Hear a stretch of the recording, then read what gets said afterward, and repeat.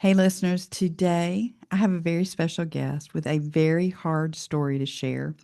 Ruth Valor, she is the author of Journey of Hope, and I have read through her entire book, and she has endured a lot in her life. And because of all that she's endured, God has reached down and He has rescued her, and He has given her a purpose from that pain. And her mission in life now is to help others who have been through abuse, lots of different types of abuse. And so Ruth is going to share her story, and then she's going to go through and share some helps that will be hopefully a help for you if you're dealing with this. So, Ruth, welcome to the podcast. Thank you so much, Carol. How are you? I'm good. So, I want you to tell me just a little bit about yourself, and then we're going to kind of go back to the beginning of your story. Okay. So I grew up in Illinois, in Chicago, and I'm now divorced. I have two kids. My children, they live in Florida, and I'm back in Illinois Mhm. now. And my kids are doing well. Um, And my how old are son, he's a how? pastor. Okay, great. Uh, Yeah, my son is a pastor at a church in Florida, and he's married, and I have a grandchild by them. She'll be two. Yay. And And my we daughter, discovered they she's have in the same Florida. birthdays. Yes, we discovered that they have the same Our birthdays. granddaughters have the same birthday, so that's awesome. Which was awesome, yes. And my daughter, she lives in Florida too, and she's single and she works for City Hall. She's the aide to a vice mayor and commissioner in Florida. And they both are Christians. They're doing extremely well. That's awesome. I wanted you to share that just because one thing that we're going to be talking about is generational cycles, and for all of the things that you have been through and that your kids have seen, God still had a great plan and was able to bring your family to wholeness. And I Mhm. think that is so important to share. So, all right, Ruth, we're going to go all the way back to your Okay. childhood and just share what it was like, the family that you were born in, and where you grew up, and what your parents' situations were, and things like that. Okay. Well, as I talk about, the name of my book is Journey of Hope Yes. by Ruth Valor. How my walk with Christ helped me overcome abuse. So I share my timeline as early as 3 years old throughout my adult years. And my abuse started very early in life. It was from a male babysitter at age 3, female babysitter at age 5, then Mm, family member in middle school. And unfortunately, I had more so the emotional and psychological and economic abusive marriages and relationships as well. mm. So So what? I talk openly about that. And the abuser, when I was a child, they were friends of our family, Mm. their children. And I think that happens a lot, that you think you can trust somebody, and then Yes, because you think you know them, but yes. I think we have to be super cautious, especially with our children and who's watching them, who's taking care of them. But what was your home life like as far as your mom and dad? Well, I grew up on the south side of Chicago in the projects. And as a child, my father, he wasn't there. He wasn't present in my life. Mm, So I grew up without a dad. And then my mom met my stepfather, and he was in my life just for a short period of time. And he was the only person that told me that he loved me, and he treated me as his own biological child. Mm, And unfortunately, he and my mom, they broke up, and he no longer existed in my life. And it made me sad because, just like I said, he was the only person that I felt that loved me, mm. that showed me love. And you also grew up, it sounded like from your book, really right at the poverty line. Because I know a lot of times you said you didn't Yes. have food, and your mother was very proud and wanted to take care of y'all on her own. But I know you Yes. endured a lot. Yes. Yes. Unfortunately, um, my mom, she was a single parent, and she struggled to raise um, my brothers and me. And she relied on aid, Hmm. the WIC program, Right. and things like that, just so that we could survive. Hmm. Even though she worked, she didn't work often, but when she did work, it was hard for her to make ends meet as a single parent. Hmm. And she suffered a lot. Yeah. Yeah, she had a tough life. And I My know mom did.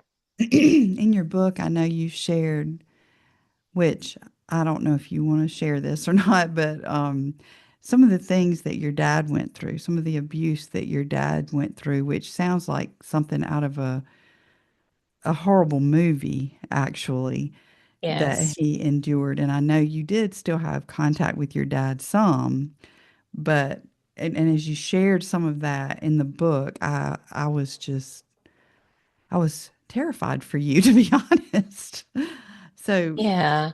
would you Yeah. want to share any of your dad's story? Yes, because I think that it's important, because one thing that I've learned as I walk through, the process of healing, when I decided that I just wanted to make sense of my life and Mhm. heal, my father, unfortunately, grew up in a very abusive household as well.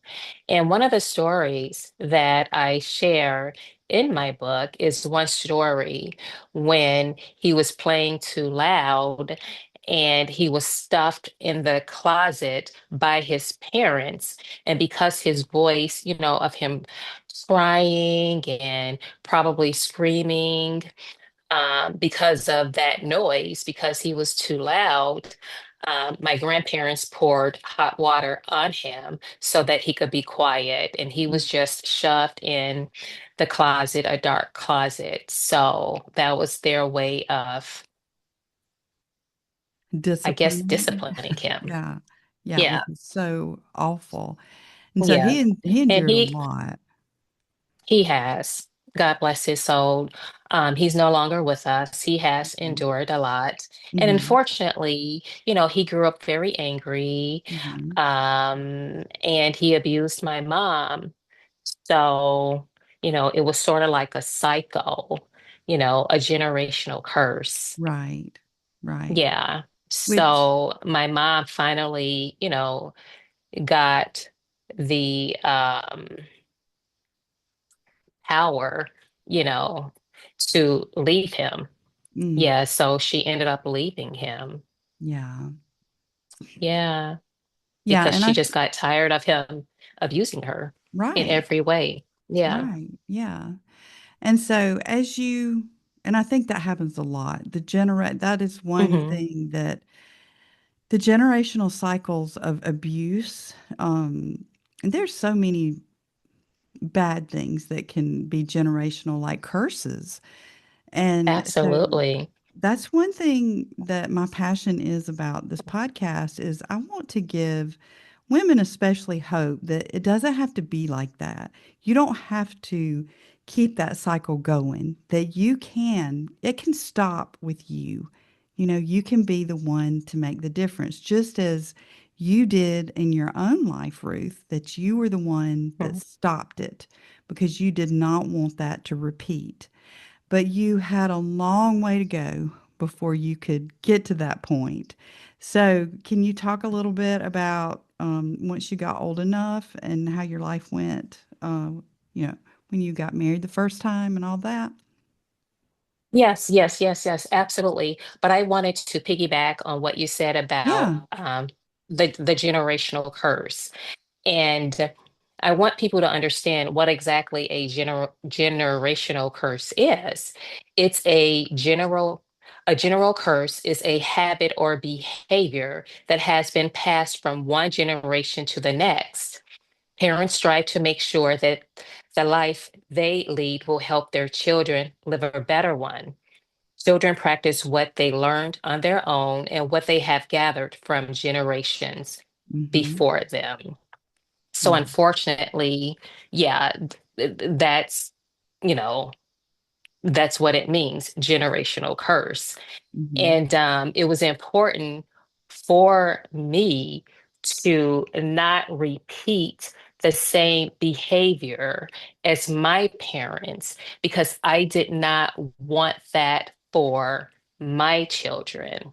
You know, I didn't want to abuse my kids or talk down to them or mistreat them. Mm-hmm. And I wanted, and I disciplined them a completely different way than, Mm-hmm. you know, how it was for me and how it was for my parents as well.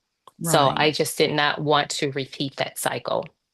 And sometimes it's hard because it may be the only thing you've ever seen. So It is. you don't know a different way of Mhm, handling, you know, of parenting or disciplining, and so a lot of times maybe it happens where they think, well, I'm so much better than my parents were, but they may not mhm, realize that, you know, but it's still a long way from what mhm, it should be. I think that happens a lot too because they don't mhm. know. That's true. They don't know, but for me, it was what I saw. I grew up in a time where I saw programs like the Brady Bunch, Yeah, yeah. the Partridge Family, Yeah, me and I was too. always so I was I was so always so enamored with those shows. But I think it was mostly because of the family dynamic, how Right. close they were and Mhm. caring and loving and how they spoke to each other. Right. So for me, that's what a family was like, a family should be. And that was all that I knew. So basically, I wanted to have that kind of family Mm. instead of the family that I had. Right. Not saying that I didn't love my mom or anything like Right, that. It's right, just that yeah. I wanted a different kind of life. Yeah. Mhm. And so how did you start out in your young adult life? Well, in my young adult life, again, I did watch those programs, but unfortunately, I made a lot of mistakes and Mm. my picker was broken because it seemed like I always found um, my boyfriends, you know, men that were abusive. Mm. And I had no idea that how I was treated in the relationship that I was being abused. Mm. And I I know thought that how they treated me was normal. normal. Yeah, and Yeah. that's really sad. And I know I guess your first boyfriend, is that the first you were like maybe a junior, senior in high school? Yes, a senior in high school, my first Yeah. boyfriend. Yes. Yes, I share the story about my first boyfriend and how he cheated on me, you know, with an older lady and she was taking care of him and he told me that he loved me and I just made a lot of mistakes with him, you know, Mm. because he showed me attention and I had no idea that I was seeking love and significance, Mhm. outside of my home. So what he showed me, I thought was normal. Yeah. Yeah, but in actuality, the relationship that I had with him was not a normal relationship because I put myself in a very vulnerable situation. And I felt that my life depended upon this person because Mhm. he was older than me. He told me that he loved me and I needed love. Had no idea at that time that I needed it, but yeah. Mhm. And I don't want to give a lot of the storyline away because I do feel that it's important, you know, um, for you to read it. Mhm. Because once you really read the story and see how, it was, I'm hoping that something from maybe this story would resonate with someone. Right. And by the time you finish the book, you'll see that you can become a completely different person and change your thought process and things of that nature. Mhm. Yeah. So, so then you met your Mhm. first husband, Yes. and how Yes, did that go? I met my first husband, and he was wonderful. We met at a department store. I was working in the handbag department at one of the stores on Michigan Avenue in Chicago. And I just thought that he was an amazing person because at that time, he was older than me, and he was the first man that really showed me that he cared about me and showed me that he loved me and Mm. showed me what a family life was like, when he took me around his parents and things of that nature. So he kind of, at that time, he stabilized my life because a lot of in between, a lot happened to me until it got to that point, from the abusive relationships, meaning me loving that person more than they loved me giving more than what they gave me, uh, me just wanting to be loved and valued. Mm. Yeah, because I never felt that I had it, in my home environment, with the exception of that short time that my stepfather lived with us. Right. But you, Yeah. the thing too that was so amazing about your story is that you have lived like with lots and lots and lots of money that people could not even really dream. I mean, you go from the projects till you and Yep. your husband built this major business that was very successful, and your financial situation just was up and down throughout the book, and that was just heart-wrenching reading it and like what's going to happen, how is, so can you talk a little bit about what happened with you and your first husband, and he is the father of both of your children, correct? Yes. Yeah. Yes, he is the father of both of my kids. And unfortunately, we grew apart from each other, and it was me that left the relationship. Mm. And some of the things that I share, I talk openly about my mistakes and my behavior Right. and how I went about doing things, which was wrong. Mm. And I felt really bad that, I put myself in a position where my kids, that I drug my kids into the mess as well. Mm. And we did live a good life when we moved to Florida, and I was very fortunate. But during that time, I felt that I was very grateful and thankful for the life that we were living, but there was a sense of sadness in my heart, Mm. from that relationship. So I really don't want to go a lot into it because I'd rather you read the story so Mhm. that you could see detail from detail. Yeah. But So, he but was, God did bless me. yeah, and but he was a good father, right? I mean, He was a good father. He yeah, was a good father. Yes. so the kids had that stability. So Yes.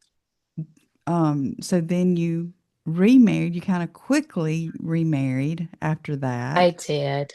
So can Yes. you talk Yes. about some, because to me that was like one of the most tragic things that the man that you thought you were marrying was not the man that you were really marrying. Can you talk about that some? Absolutely. And the interesting part about it is I did get red flags about him, but I stuffed them. Mm, And I was in a situation where I felt that I needed him, when I met my second husband. He was charming and funny and witty, but little did I know that he had a dark side to him. mm, And I just felt that I needed him because I had my children that, I had to support. right. And if it wasn't for that relationship, I don't know if I would be the person that I am today. And I know that that might sound um, strange or weird. The reason I say this is because it's because of that relationship that I found Christ. So Hmm. even though I was in a very dysfunctional and abusive relationship with my second husband, um, it was because of that relationship that I found Christ and that I made Jesus my Lord and Savior. Yeah, and it was because of that really, and after I did that, that's how my walk started, my journey to healing, because I Hmm. had no idea that I had a lot of baggage. I had a lot of stuff, from early childhood up until that relationship that God wanted me to heal from. So just because I want the listener to understand that may not even realize that they're going through abuse, because some of the things that I don't think he was physically abusive, your first or your second husband, but No. there were other things, because the gaslighting kind of things, and the things that Mm-hmm. like you talk about economical abuse, that Mm-hmm. that was very real in that relationship. And I think, especially with blended families like yours, that Mm-hmm. might be something that happens more often than we'd like to say that it does. Can you explain some of the things that happened in that marriage that he did, what that was abuse for you and your kids, really? Oh, he has done so many things. There was a time when my son was at a party and we went to pick him up, meaning my ex-husband. Now, this is my second marriage that we're referring to. Mhm. So he and I and his son went to pick my son up from the party that he was at. No, I'm sorry, I have the story wrong. We went to pick his son up. Even though my kids, they went to parties in the area the same night. So he and I went to pick up the children, from the Mhm. parties that they went to. They went to bar mitzvahs. And his son felt that he was dressed up, so he wanted to sit in my son's seat in the car because we picked my kids up first and then his. To make a long story short, it got to the point where my ex-husband, when I got out of the car, to assist his son, with his seating arrangements, um, my ex-husband drove off, you know, in my car. And then he stopped the car, and my kids got out of the car, and he left us stranded in this area because of something that he did not want to discipline his son about. Mm. So it was things like that. And it was Um, like the middle of the whenever night, right? they, I mean, it was it was late late. at night. It Yeah. was late at night. Yes, it was. It was late at night. And the area that we were in, when I was married to my first husband, we lived maybe half a block away from where we were. So I called a friend of mine. She came and got us because I had no wallet or anything, no way of transportation, for us to get home. All I Mm. had was my cell phone in my hand. So she and her husband came and picked us up, and then they took us home. And then there Mhm. were incidents where he would do things with his children and not include my kids as well. They would do things like like go on his boat, and he wouldn't invite me or my family, or he would take his kids fishing or go-kart driving or something like that. So Mm. it was very abusive. To the Yeah, point where there you was a had time to, where he hid my clothes, and I had to go to work in my daughter's clothes. It was just a lot. yeah, and didn't it wasn't it to the point also that you had to get a job to pay for any of your Yes. children's, activities or Yes. clothes or things like Yep. that, even Yep. though he had Because plenty of money? yes, yes, because he did not want that responsibility. Right. And, in the beginning, he told me all of these wonderful things, but his words did not match his actions. Mm. And, I was in and out of jobs. I did have to get jobs so that I could support my children. And unfortunately, during that time, my ex-husband, my kid's father, he wasn't paying child support or anything. So it was really hard, Mhm. for me. Right. And I just did the best that I could to take care of my kids at that time. So, you had been through a lot of rejection from him as far as well, a lot of different ways, but your kids have been basically Yes. rejected from him. And then Yeah. there was one, incident that happened where you ended up having to spend the night in jail. Do you mind sharing that story? Because Yes. that I was so upset when I read this. So, Mm. I just want women to be aware of how Yeah. things can turn against you if you're being the one abused. Yes. Yes. Yeah, I did have to spend a night in jail, and it was due to something that um, my ex-husband, my second husband, he stepped in, which he should not have done, pertaining to um, a situation that occurred with my daughter and I. She came home from school. She wasn't feeling well, and she was just in a not so great mood. And he heard the conversation that was going on between the two of us. And he felt that it was okay for him to step in. And he just basically punished my daughter. And our agreement was when it came to his kids, that he would discipline his kids. And when it came to my children, I would discipline my children, because I thought that he always did things so aggressively Mm, and over the top.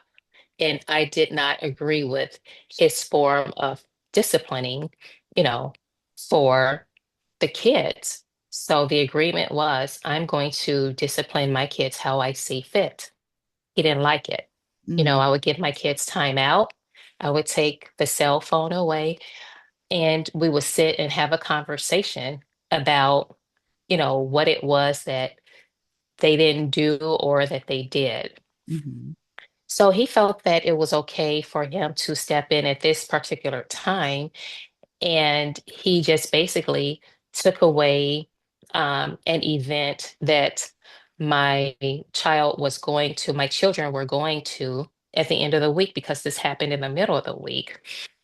And he basically told her that she wasn't able to go And it was like a because of how he championship. felt.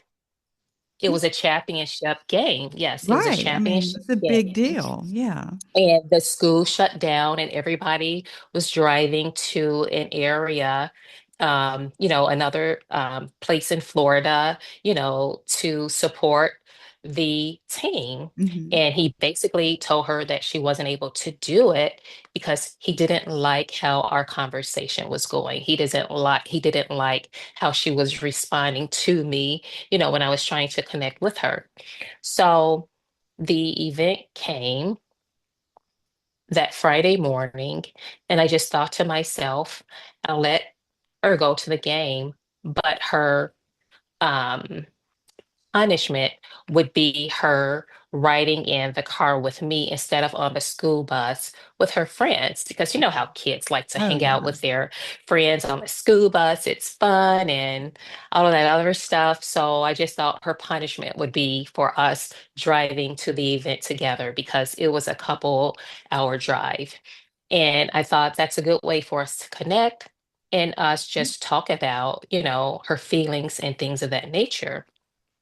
So when I woke up to get dressed, he woke up after, I was dressed and asked where, I was going. And I just basically told him that, we're going to the game. And when I told him that we were going to the game, my children and I, he went ballistic and basically said, I knew that you were going to do this. So what he did was he hopped out of bed and he was only wearing his underpants. He told me to give him his credit card because throughout the marriage, he never gave me cash. He always gave me his credit card. So if I did something that he didn't agree with or said something that he didn't like, he would take his credit card back. Oh, If he didn't control me, well, that was his way to control me. So he didn't like the fact that we were going to the game and I allowed for my daughter to go. So he told me to give him his credit card back. But instead of him allowing for me to reach inside of my purse to get it from out of my wallet, he grabbed my purse from off my shoulder and then he started running towards our bathroom. And I reacted. What I did was when he ran off with my bag, I ran after him and I reached out. And at the time, I had long fingernails. So when I reached out, I inadvertently scratched him, but I had no idea that I did that. hmm. The kids were standing at the door watching everything that was going on. And I just told my daughter to call the police. And the reason I wanted her to call the police is because I wanted them to talk to him about how he was treating me.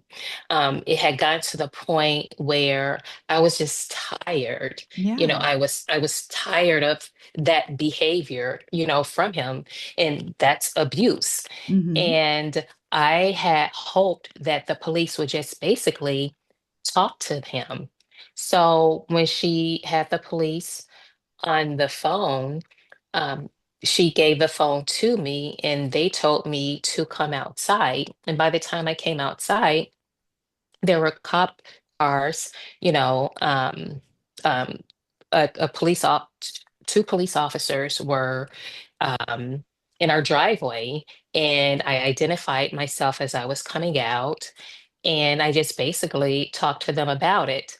And then one of the police officers ended up going inside of the house to get my ex-husband's story, and unfortunately, I guess they were talking to each other from their earpieces.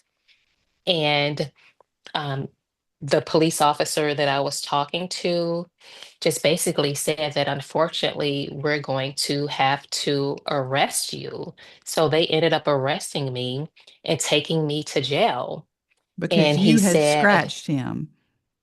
yeah, but at that time, I didn't know that Mm, I scratched my husband. I didn't hear about it until the lawyers told me mm, that he had scratches. That was the reason why. So when they took me to jail, they took me to one location and basically said, and keep in mind, this was early in the morning. All of this happened like 6 o'clock in the morning. Yeah. Um, I was in a holding cell, um, and they said that you're going to have to go before the judge. So I thought that it would be within the next hour or so. And then time went by, a few hours went by. And then all of a sudden, they ended up saying that you're going to have to go to another location. And the other location that they took me to was on Gun Club Road. And that was I guess you could say, real prison. Mm. And I was in a holding cell there with a group of people, and still I wasn't called to go before the judge. And the next thing I knew, they were telling me that, we're going to transport you to a dormitory. And that's when I realized that I wasn't going before the judge that day, and You I were ended up spending the spending the night. night in jail. Yeah. Yeah, Mm. and it was all because and it was me that called the police. Right. Yeah. Yeah, And yeah. in the book, you And it share a ended, lot of details I about that do. night that it is horrendous what you had to go through. I Yeah. mean, you're the one suffering the abuse, and yet Yeah. you had to go through. I can't imagine being locked up and then the things that were done and, the way you were treated and, having Yeah. a toilet in the middle of everybody to, one toilet for Yes. however many women to For share. And yes. yeah, I mean, for having fingernail scratches on your husband, that is just crazy. Yes. It's But horrible. yeah, but you did say from that experience, what the judge did ended up being a good thing for you. So can you share that? Yeah, what's the judge, Your sentence? which Well, when you saw the judge the Oh, when next day, when I saw the judge the next day, and I she ended up letting me go, but unfortunately, I had to take anger management courses, right. and I had to pay a fine as well. And Yeah, did your and husband got a restraining order, right? Where you couldn't come back? yeah, he did. Yes, before we went to the dormitory, yes, the state kicked in, and he ended up putting a restraining order against me as well as the state. The law is when you're arrested, for some sort of domestic dispute, the state kicks in. So I had two 4 months? restraining Mhm. The And that restraining order. Yeah, yeah. So my kids and I were homeless, but I don't want to tell the whole the whole right, story because right. I But do I want just want people. them to Yes. I want the listener to understand the Hmm. injustice that was done to you and your Yes. kids. That was just so I mean, because I don't want women to get in a situation like you were in, where you were just totally blindsided by this whole Hmm. thing. And all you wanted to do was take your daughter to her championship game. That was the Yep. only reason that all of this transpired because your husband didn't want that to happen. And He so, did not want that to happen. Nope, he did yeah. not want her to have any fun or anything like that. Yeah. Right. And so that's why I So, want the listener to understand that. But the mhm. anger management classes that you were sent to ended up being a good thing, even though when I read that, Yes. I was so angry. I'm like, she's not the one that needs the anger management, it's her husband that needed that. But can you Yes. share how that did become a good He thing?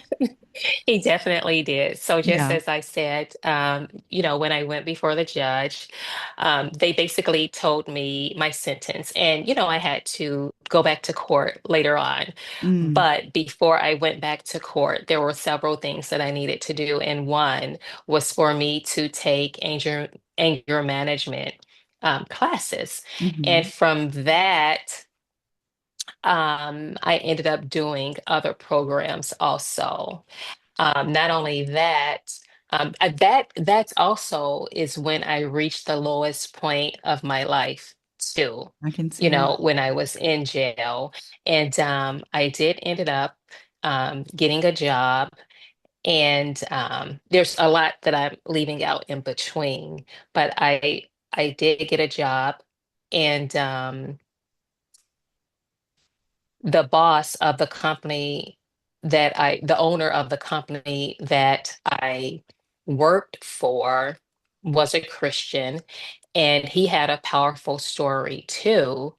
And it's because of him that I ended up going to his church. And when I went to that church, that's when I gave my life to Christ. Mm, So after I gave my life to Christ, it was the beginning of new beginnings, I guess you could say, because that's when God brought so many beautiful Christian women into my life, and they are the ones that really helped me with my walk as well in my healing, mm. because we shared a lot of, the same stories. Right. And they are the ones that this one person in particular shared with me about a program pertaining to sexual abuse. Because as I shared with you, I have experienced sexual abuse from babysitters and a family Mhm. member. Right. So when I did this program,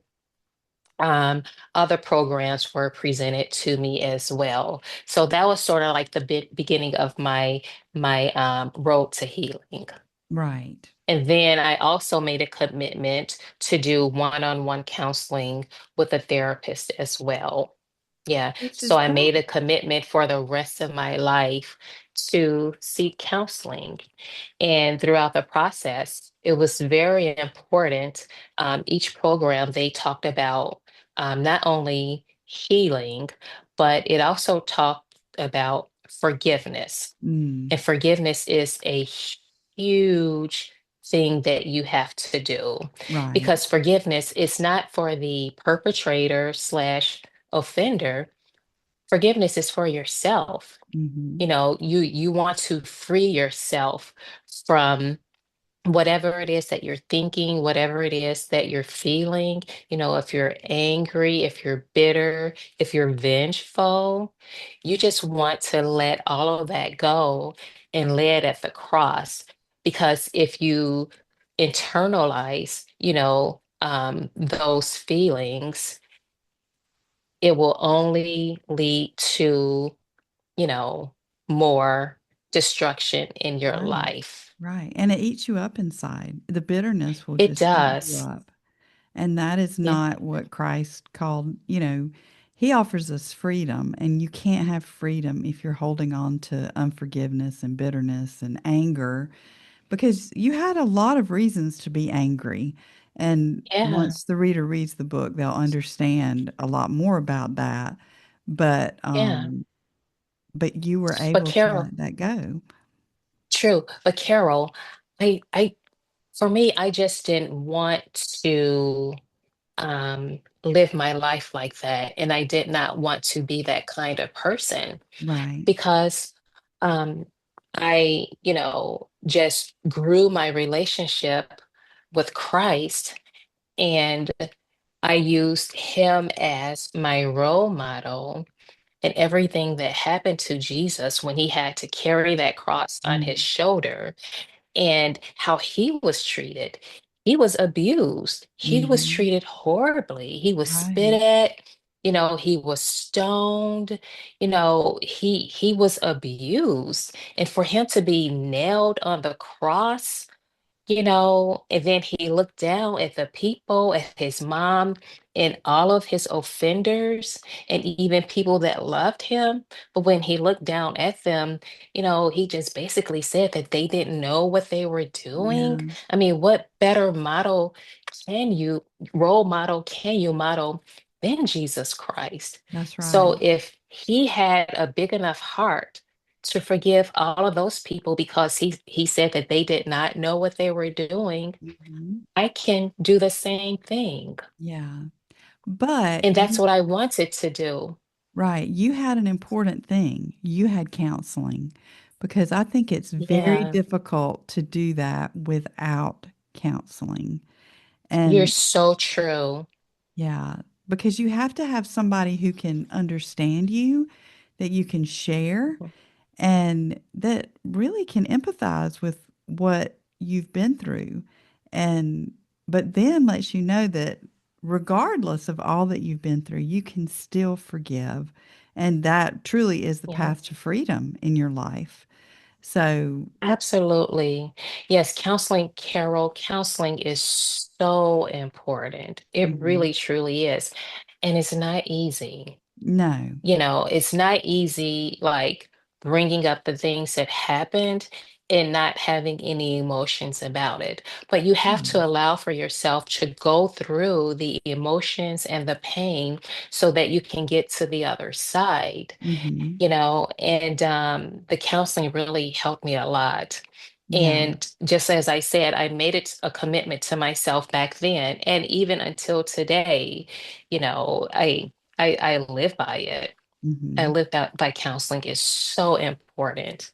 It Yeah. is. It's not easy.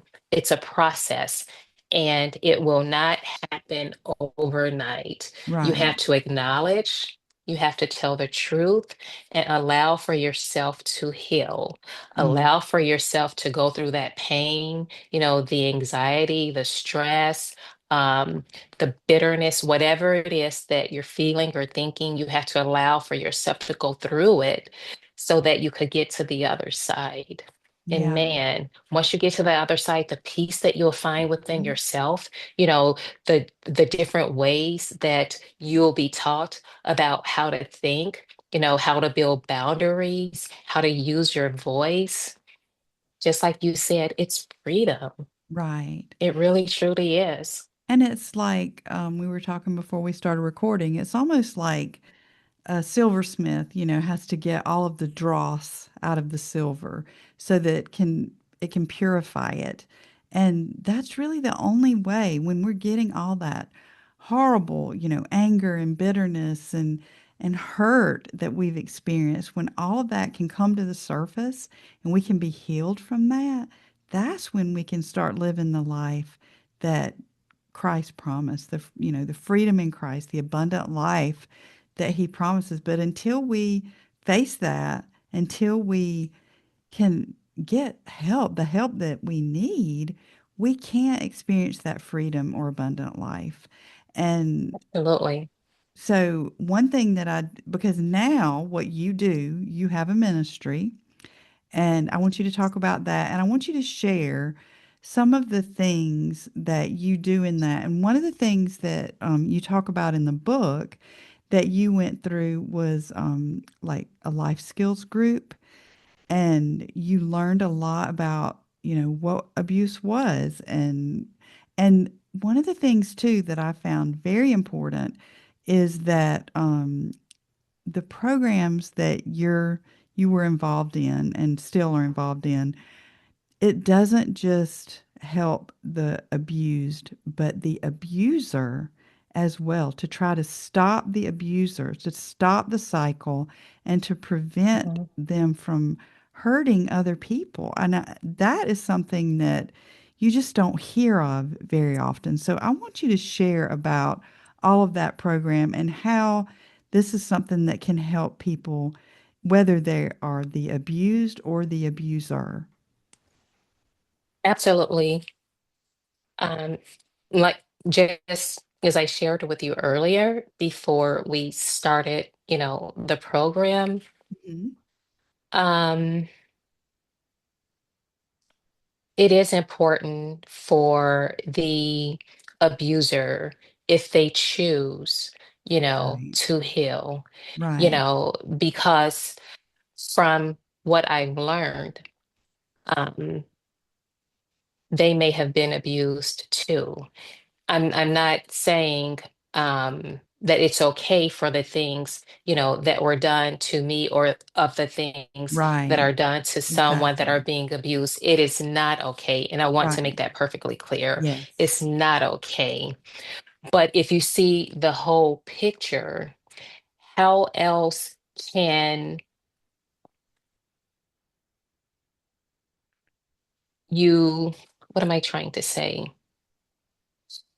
How else can we break this cycle if we don't take them into consideration as well because of their story? And Mhm. again, I'm not making excuses, Right. and I'm hoping that I'm not offending anybody by No. saying this, We are so not I want to making be very excuses. careful. No. Yeah, yeah. But they were hurt too. Right. Hurt Right. people, and they were hurt in some form or a way. I've known people who have abused others, but that person that abused, I know their story too. Mhm. So, and the name of my organization is Journey of Hope, and what we're doing is spreading awareness about the five forms of abuse that's affecting many Americans. So we strive to bring hope and restoration through our life support series programs to victims as well as abusers. And I feel that the only way to limit the ongoing cycle of abuse is to educate the abuser on its destruction and make them a part of, the solution. Mhm. And it's important that they, realize,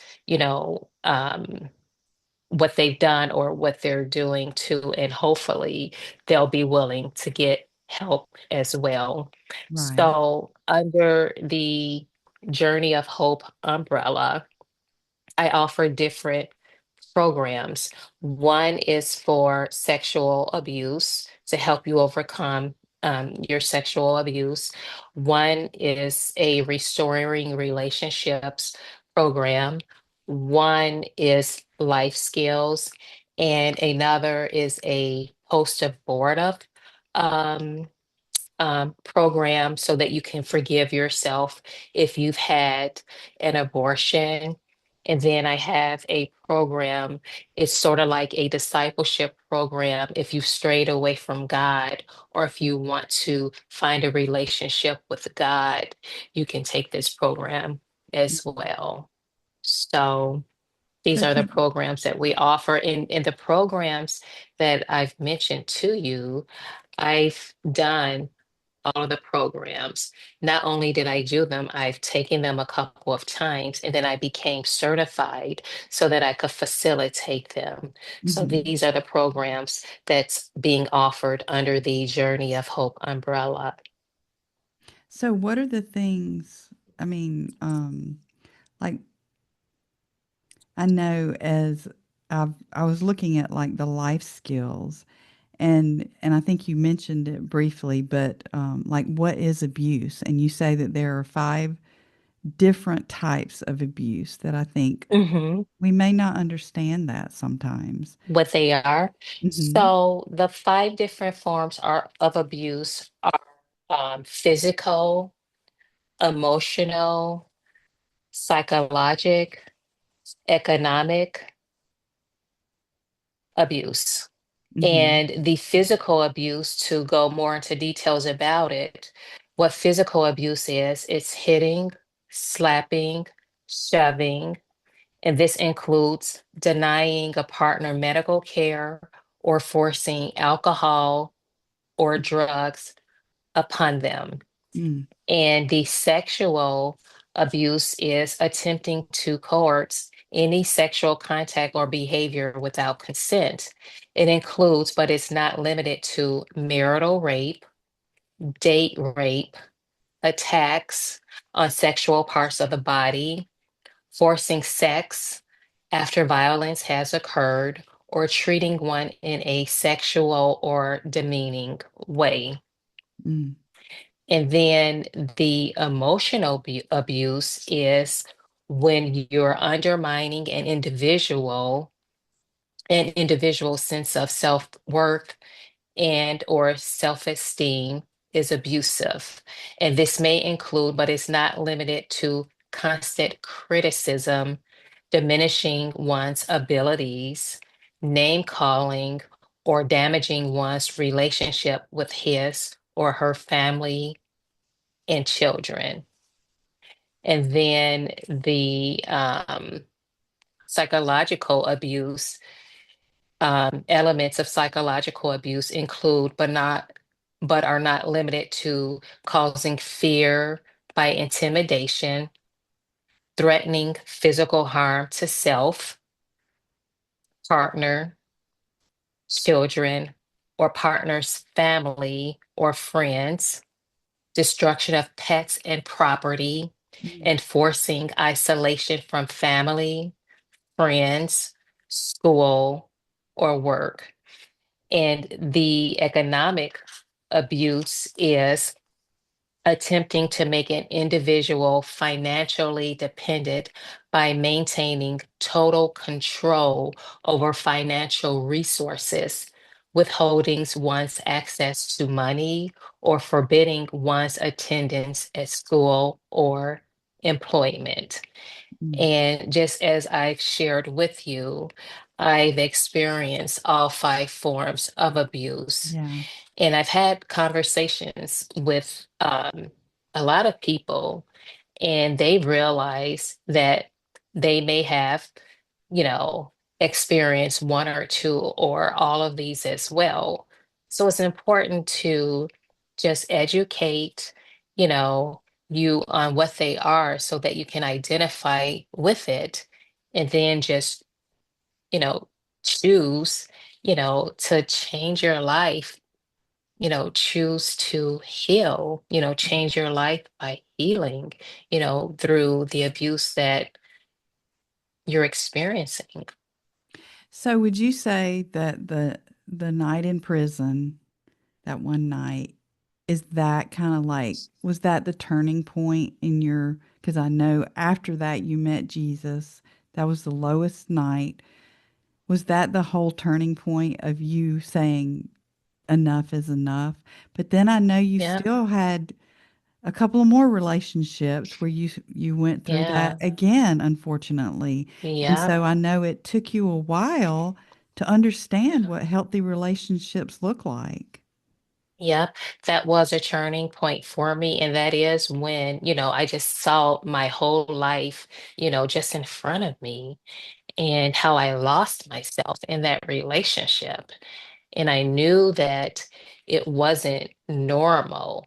Mm, And I just did not want that for my kids, right. and I always share it with my kids. This is not a normal relationship, Mm, because they experience secondhand abuse as well. right. Yeah. And that was a turning point for me. And unfortunately, I did, you know, continue on with that pattern. But little did I know that I had more stuff that I needed to be healed from. And it was abandonment and rejection issues as well. I had daddy issues. Mhm. And that's why I had relationships with the kinds of people that I had because of my daddy issues as well.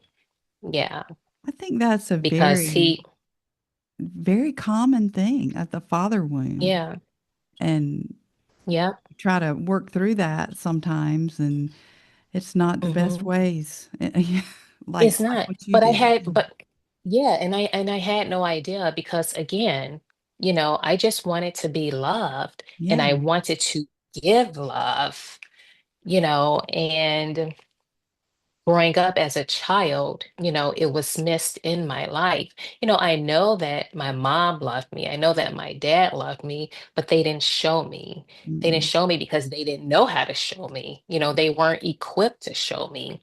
And Right. my mom raised us, the best way that she could.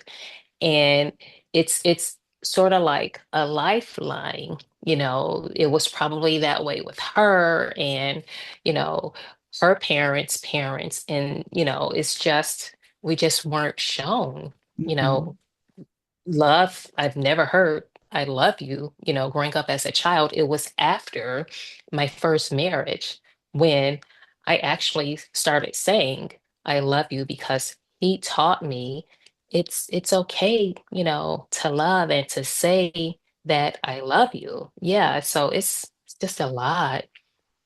It's a Yeah. lot. Yeah. So we've run out of time, but there's still, I know, a lot of Yeah. resources that you have that can help people who are really needing to walk the road of forgiveness and healing. And so, can you share how people can get in touch with your program so that they can be a part of it, or also how they can get your book, Journey of Hope? Absolutely. They can get my book through my website, www.journeyofhope.net, or through any online retailer like Amazon, Barnes and Noble, Walmart, Target, Books a Million. So any online retailer as well. Mm-hmm. And if they needed to um, email on my website, I have there's an info email that you could reach out to as well. Okay, to find out how to be a part or how to Yes, take part in your program, because correct. you don't have to be. This doesn't have to be an in person. Can do this online as well. Yes, it can be done online as well. The Okay. support group. It could be one-on-one or as a group, depending on which study you'd like to take or if it's all of the studies. Yes. Okay. All right. Well, that's good to know. And so, anybody out there who's listening that is struggling, um, I hope that this is a resource maybe that you will take advantage of to try to help you to the road to healing. Because, like I said, God doesn't want us to live a life of fear. He wants us to have freedom and the abundant life. And I am so happy that you found that, Ruth. I'm so happy that you have made your way through because you had a lot to go through to get to the other side. And I am grateful that you found healing and that you're able to help others through this.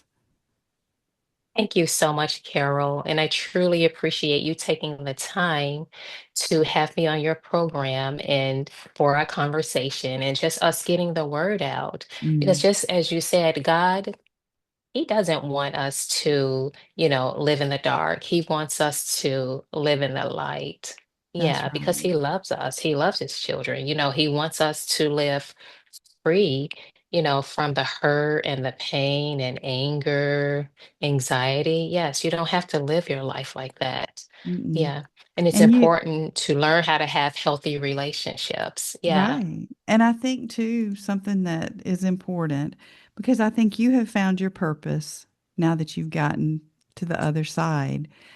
I don't think we can find our purpose until we find our healing. And that way, if we're not healed, we can't help others. But when we are healed, we can be a force that God can use in great ways to bring people to Christ. So I appreciate what you're doing and that you are sharing your story because I know it is not an easy story to share. Absolutely. No, it isn't. But it's so rewarding only because of how you can learn how to have a free life Mm, and a beautiful relationship with Christ. yes, Yeah. yes, that's right. Well, thank you so much for taking the time to come on the podcast, Ruth. Thank you so much, Carol. I truly appreciate it.